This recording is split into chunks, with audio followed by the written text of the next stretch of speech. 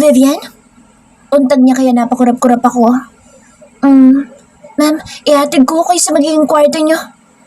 Si Manang na ang nagsalita para sa akin. Hindi ko rin kasi alam kung saang kwarto ko siya patutulugin. Thank you, Manang. So, let's go? Nauna maglakad si Tita Emily. Nakasunod naman si Manang Lucy sa kanya. Ako naman ay nanatiling nakatayo pa tila wala pang balak na gumalaw ang mga paa. Then I realized na kailangan kong sumama sa kanila.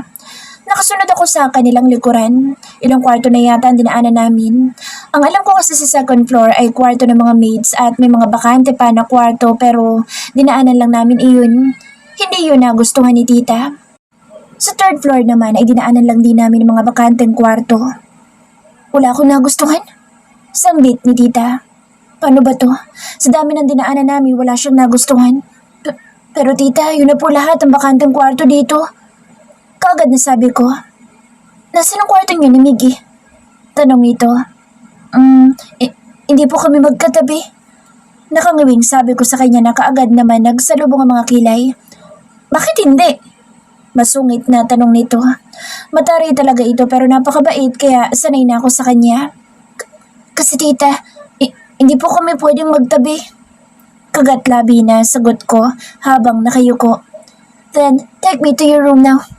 Maotoridad na utos dito. Pero tita, yung kwarto ko yung maliit lang. Basta, dalhin mo ako doon. Narinig ko ang pagtikim ni Manang kaya sabay kaming napatingin ni tita. Excuse me po. Dapat po siguro magluto muna ako ng hapunan natin. Vivian, ikaw na bahala sa tita mo. Aasikasuhin ko lang ang hapunan natin. Paalam nito. Sige po, Manang. Tumalikod na ito at naglakad palayo sa amin. So, where's it? Nabaling ko ang aking paningin sa tita ko. Dito po. Turo ko sa pasilyo patungo sa kwarto ko. Maganda na rin yung kwarto ko dahil inayos ko iyon pagkarating namin dito kahit medyo hindi kalakihan ng space.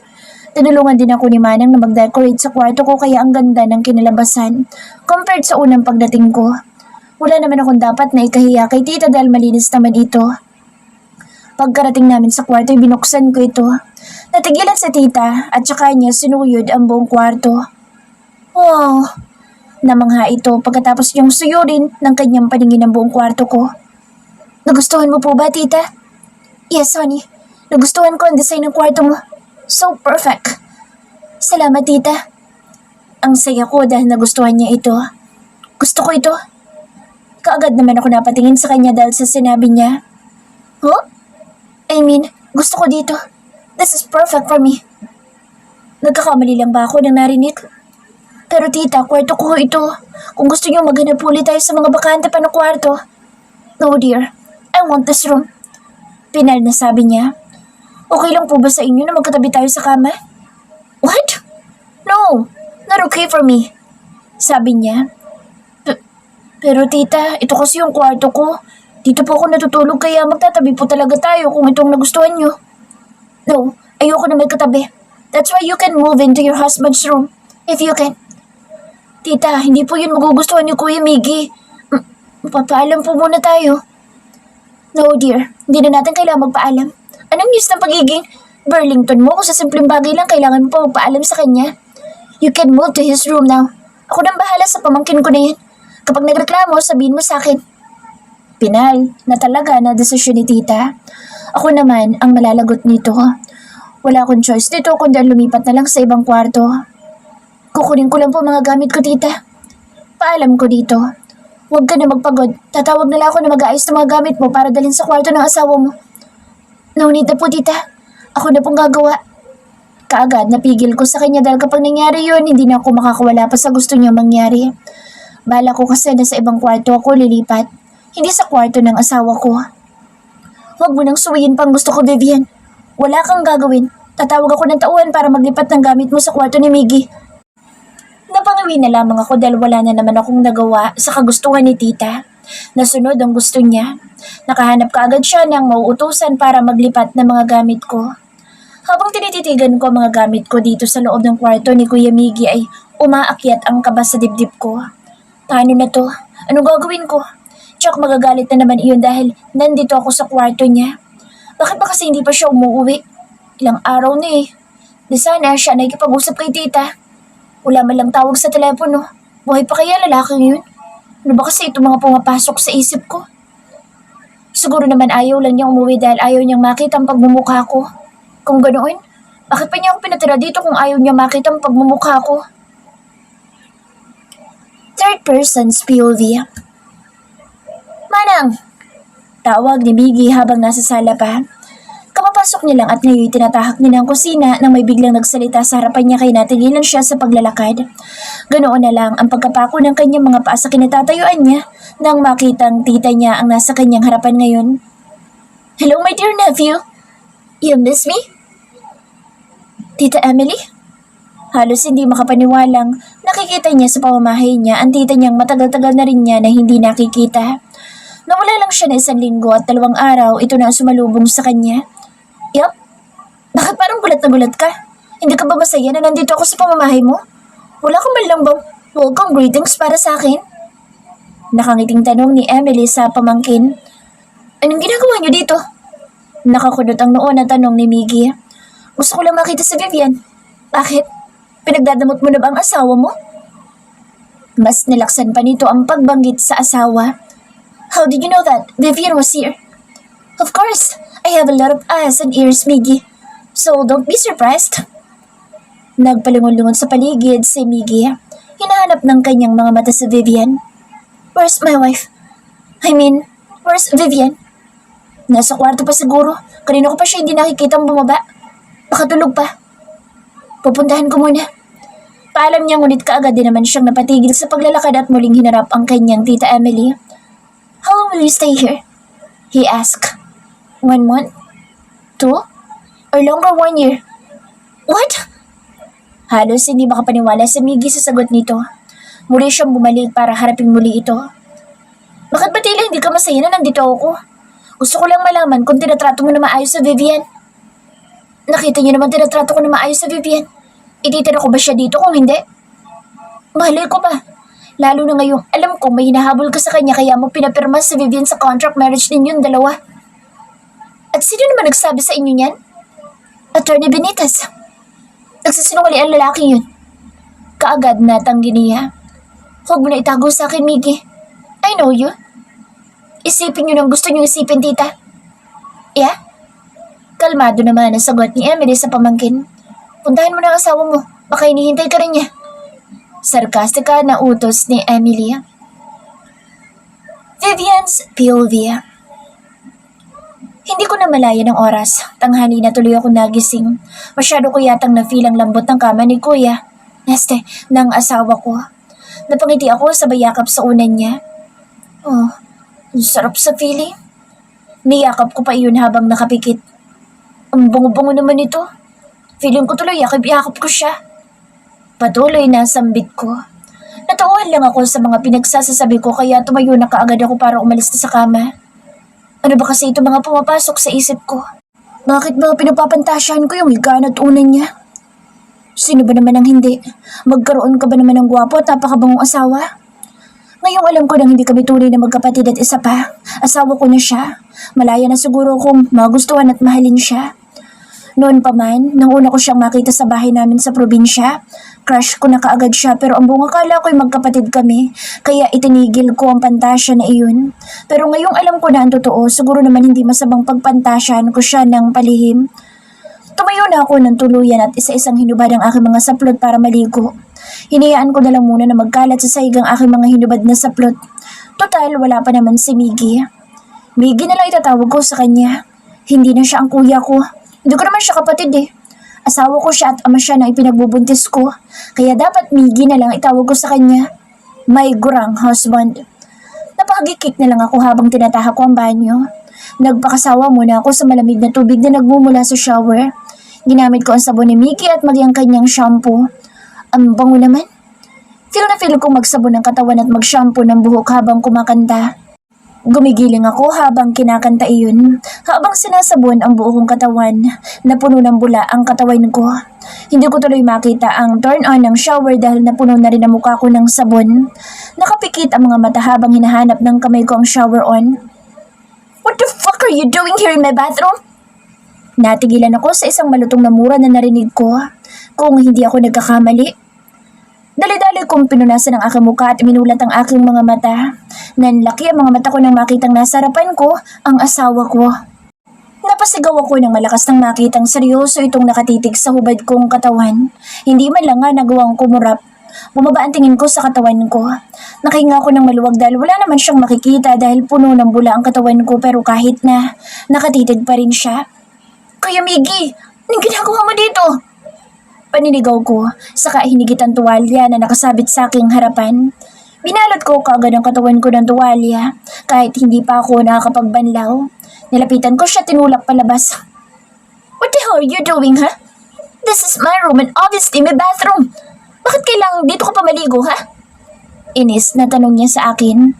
Saka lang nag-sink in sa utak kong nandito nga pala ako sa kwarto niya. Napayo ko na lang ako nang ma-realize ang lahat. Mas sinigpitan ko pa ang pagkakahawak ng tuwalya na nakabalot sa aking katawan. Sa klase ng kanyang mga tingin, mukhang hindi ako aabutin nito ng buhay. Excuse me? Nakayuko na dinaanan ko ito. Nagdadalawang isip pa akong daanan siya, ngunit sa pagdaan ko hinablot niya ang braso ko pabalik sa kanya. Mas sumigpit patuloy ang kapit ko sa tuwalya. Napasubsob tuloy ako sa kanyang dibdib. I think you forgot you're not done yet. Seryoso na paalala niya sa akin. Napalunok ako dahil sa sinabi niya. Come back, finish your bath. Utos niya sa katunuro ang shower room. Hindi na, makikiligo nila ako sa banyo nila, Manang. Itinulak ko siyang palayo sa akin. Bakit? Ano nangyari sa sarili mong banyo? Bakit kailangan dito or doon ka pa maliligo sa banyo ni Manang? Wala pa siyang kaalam-alam. Paano na lang kung malaman pa niyang dito na ako natutulog or dito ako pinalipat ni Tita Emily? Magagalit na naman itong panigurado. Sa pananahimik ko'y nagkaroon yata siya ng idea kung bakit dito ako naligo sa kanyang banyo. Don't tell me. Kaagad niya akong iniwan at lumabas ng banyo para siguro tingnan kung tama na sa isip niya. Sinundan ko naman kaagad ito. Pagkalabas ko'y nakita ko nanlilisik ang kanyang mga mata. Kunin mo lahat ng gamit mo at lumabas ka! Turo niya sa pinto. Pero, I said get out! Napayo ko na lang ako para gumalaw na at kunin ang mga gamit ko. Hindi ko naman maisa-isa sa pagkuha ng ilang maleta ko kaya babalik-balikan ko na lang. Babalikan ko na lang yung iba kong mga gamit. Paalam ko sa kanya. Hawak ko ang 2 maletang palabas. Ngunit narinig ko ang footsteps niya. Nanlaki na lang ang mga mata ko na sunundan niya pala ako hanggang sa pintuan at hawak niya na rin ang 2 ko pang maleta. Hindi ka na pwedeng pumasok sa kwarto ko. Inis na saad niya sa kapadabog na binitawan ng mga maleta ko. Isasarado niya na sana ang pinto ngunit may biglang nagsalita sa likuran ko. What's going on here? Si Tita Emily pala ang nasa likuran ko. Hindi natuloy ang pagsasarado niya ng pintuan. Kaagad namang nakalapit sa akin si Tita Emily. Nagpalipat-lipat ng mga tingin si Tita Emily sa amin dalawa ni Miggy. Miggy? What the hell is happening here? Bakit nasa labas ang mga maleta ni Vivian? Hindi siya pwede dito sa kwarto ko. Hindi mo ba naiintindihan yun? Kaagad na sagot nito. Why not? Ako ay nagpalipat sa kanya dito. Iwanan mo muna kaming dalawa ng asawa mo, Vivian. Pakiusap ni tita kaya iniwan ko muna silang dalawa. Naglakad ako sa pasilyo na hindi ko alam kung saan pupunta. Iniwan ko muna ang maleta ko sa labas ng pintuan ng kwarto ni tita pagkatapos kong magbihis para dumiretso na sa ibaba. Naamoy ko napakabangong niluluto ni Manang Lucy nang makarating ako sa kusina. Manang Lucy, ang bango naman po niyan. Request kasi ng tita mo na magluto ako ng seafoods. Nagluto ako ng buttered shrimp with corn, spicy garlic butter, tahong at ang pinaka-paborito ng asawa mo, pritong tilapia.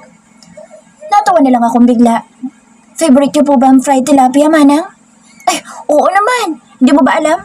Mahilig siya nito lalo na sa gabi. Hindi ko mapigilan na mapatawa na lang dahil sa klase ng pagkakasabi ni Manang. Pati kay Manang ng shrimp with corn na niluto mo. Sige ba? Nilagyan niya naman ako sa platito. Pumasok ako sa mesa na nasa kitchen area. Para akong bata na kaagad umupo para matikman lang ang niluto ni Manang. Yung paborito ng asawa mo, ayaw mo bang tikman? Kaagad ako napatingin sa kakaibang mga tingin ni Manang sa akin. Tila ba may kung anong pinapahiwatig pa sa akin. Hindi po ako mahilig sa fried tilapia, Manang. Sagot ko ngunit natawa si Manang. Sa bagay, yung asawa mo lang talaga mahilig nito. Kung gusto mo pa, sasandukan na kita sa plato para makakain ka na. Huwag na po muna, Manang. Baka magalit na naman si Kuya Miggy kapag mauna akong kakain. Sabay-sabay na lang po kami. Sabi ko dito. Nilantakan ko lang ang shrimp. Pagkatapos kong tikman na niluto ni Manang ay pumunta na lang ako sa sala para umupo muna. Hindi ko nga alam kung anong pinag-uusapan ng dalawa, bakit ang tagal bumaba ni tita.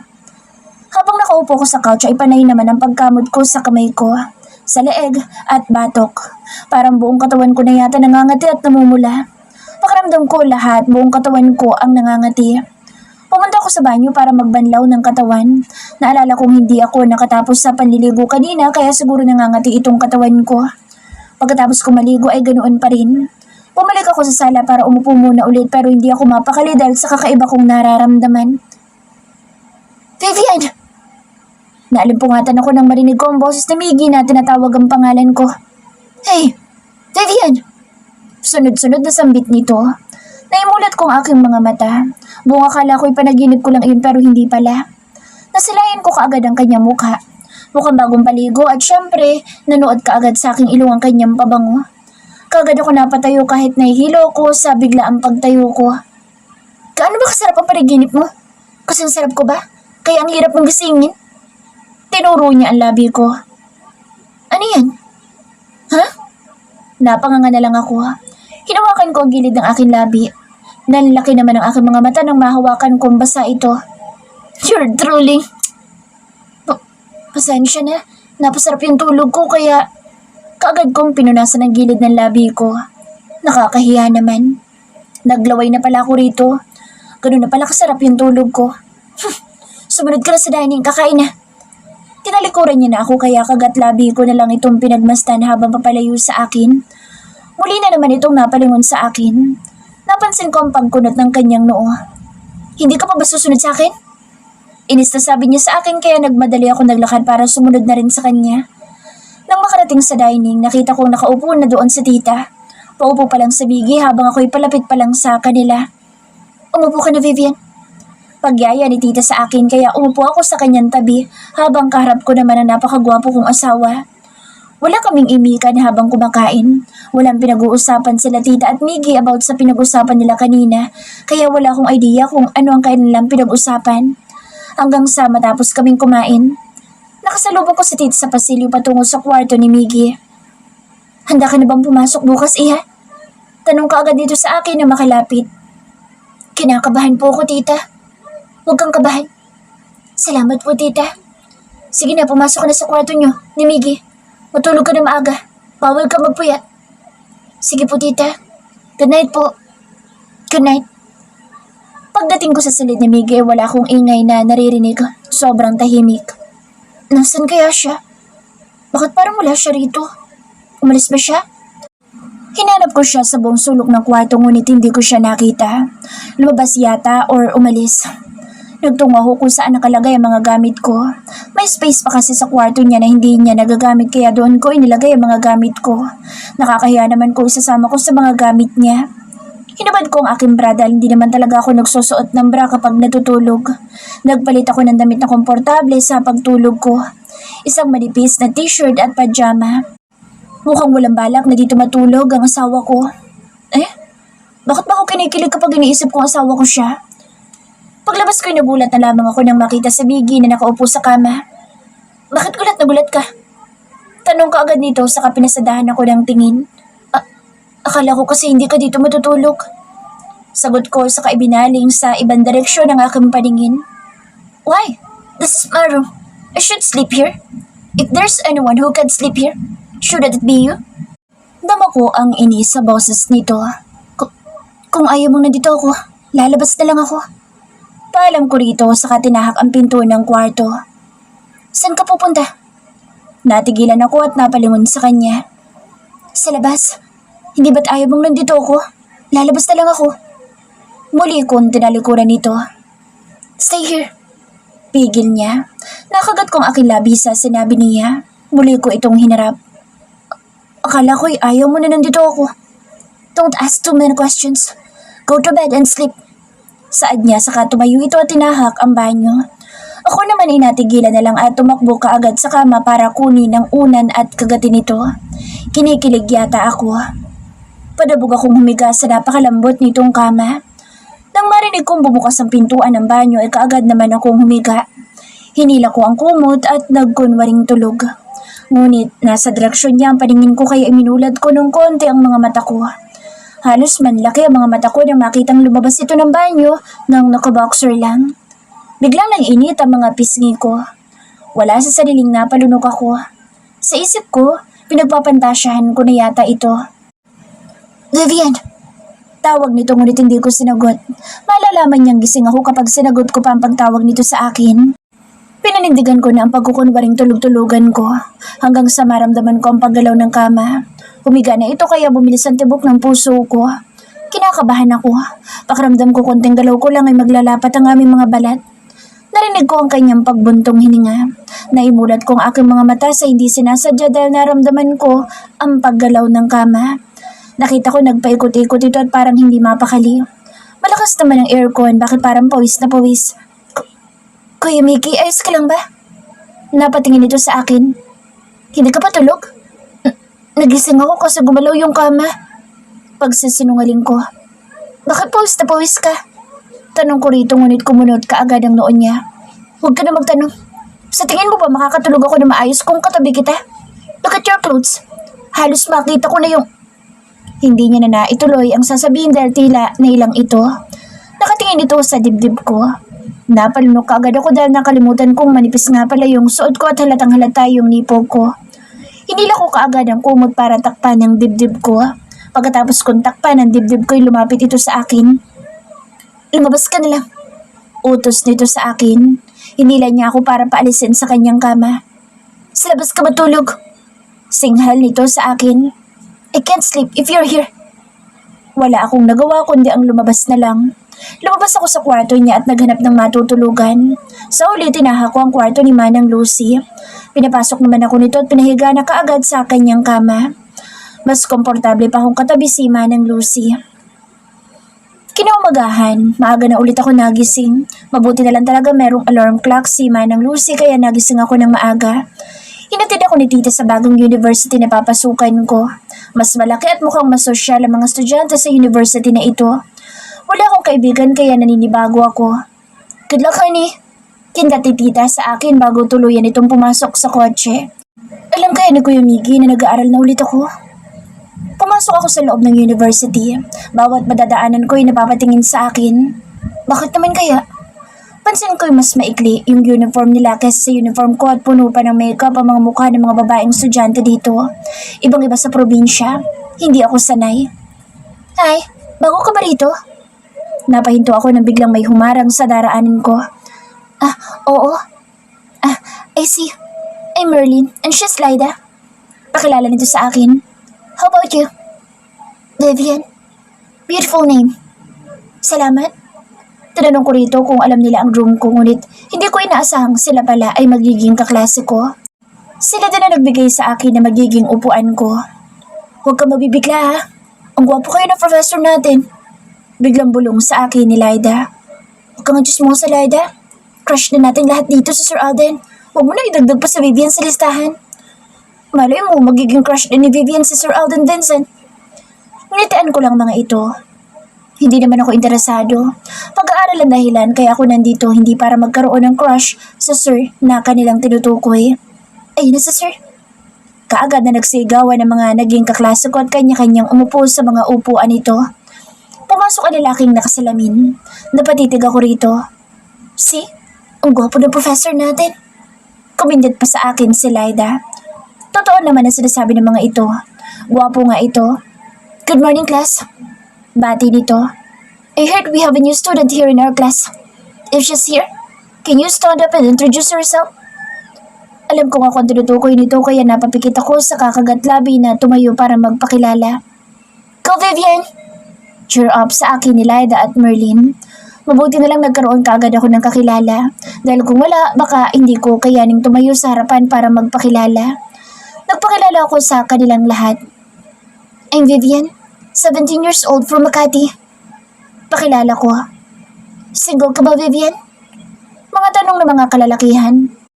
Don't ask questions that are not a topic of school. Suway ka agad ni Professor Vincent sa mga ito. Pwede ka nang umupo, Miss Burlington.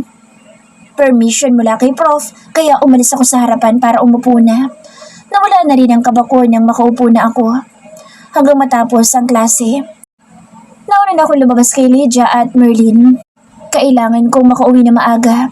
Sa pagmamadali ko kasi kanina hindi ko naligpit ang kalat sa kwarto ni Kuya Miggy. Baka magalit ito kapag nadatnan nitong makalat ang kanyang kwarto. Habang naglalakad ako'y bigla na lang ako nakaramdam ng pagkahilo. Tumigil muna ako sa paglalakad. Pakiramdam ko kasi matutumba ako kapag nagpatuloy ako.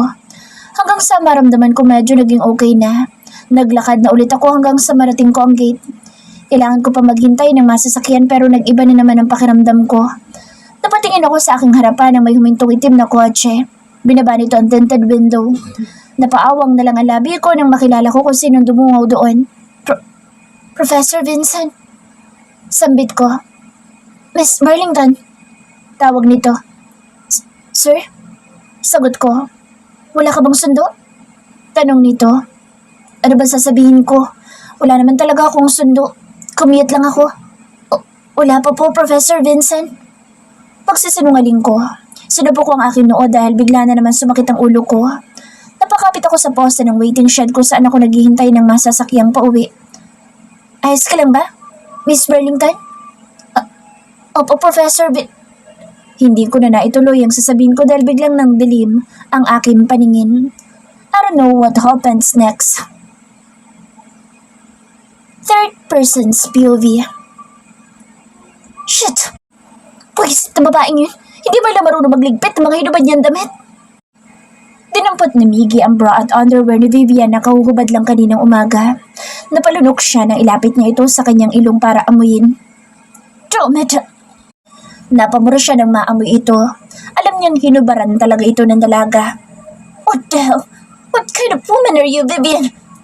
Inis na sambit niya sa inilagay ang pantat na ni Vivian sa kama at muli itong sinulyapan bago lumabas para hanapin ito. Hanggang sa makita niya si Manang Lucy. Manang, have you seen Vivian? Ay, senyorito, hindi pa po umuwi. Sagot nito. What? What do you mean?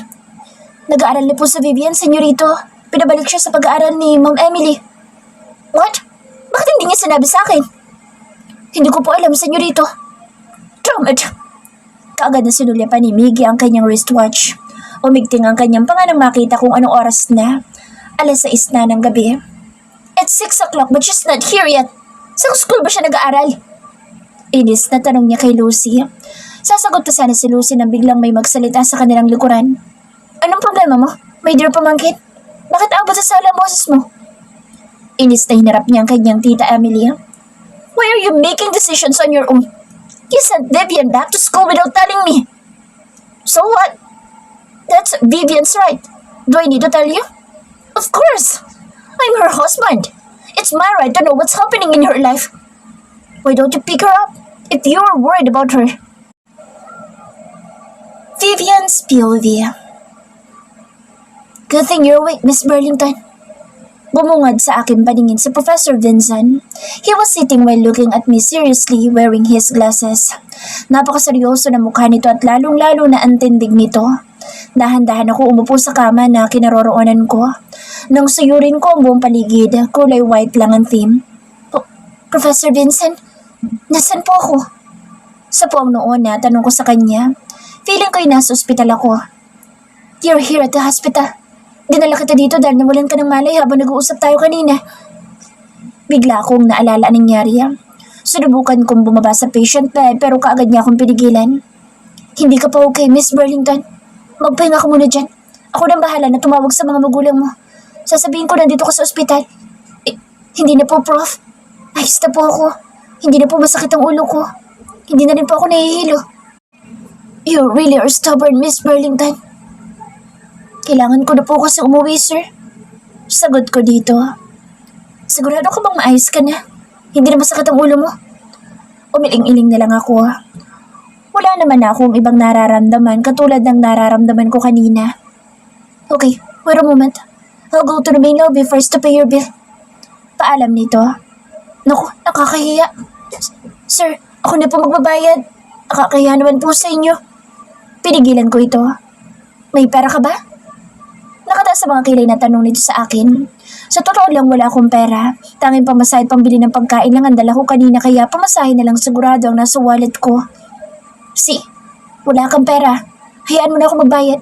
Bayaran mo na lang kapag may pera ka na. Salamat po. Hindi na rin naman ako nagreklamo pa. Hinayaan ko na lang ito sa gusto niya. Nakakahiya pero ano magagawa ko wala naman akong pera. Bumaba ako sa patient bed at nag-ayos. Nakita ko ang bag ko sa upuan kaya nilapitan ko ito at binuksan. Inilabas ko ang aking pulbo at pink lipstick. Naglagay lang ako ng pulbo at lipstick naman sa aking labi. Hinayaan ko nakalugay ang buhok ko. Isinuot ko na ang bag ko sa balikat ko. Handa na akong lumabas. Pagbalik ni Sir Alden ay sandali itong natigilan at napatitig sa akin. Bakit kaya? Sir, may dumi po ba ako sa mukha? Tanong ko kaagad. Umiling-iling naman ito. Sa wakas nagawa niya ring gumalaw. Niyayanan niya akong lumabas. Naasikaso na raw niya ang lahat. Wala na akong dapat na ipag-alala dahil pwede na akong lumabas.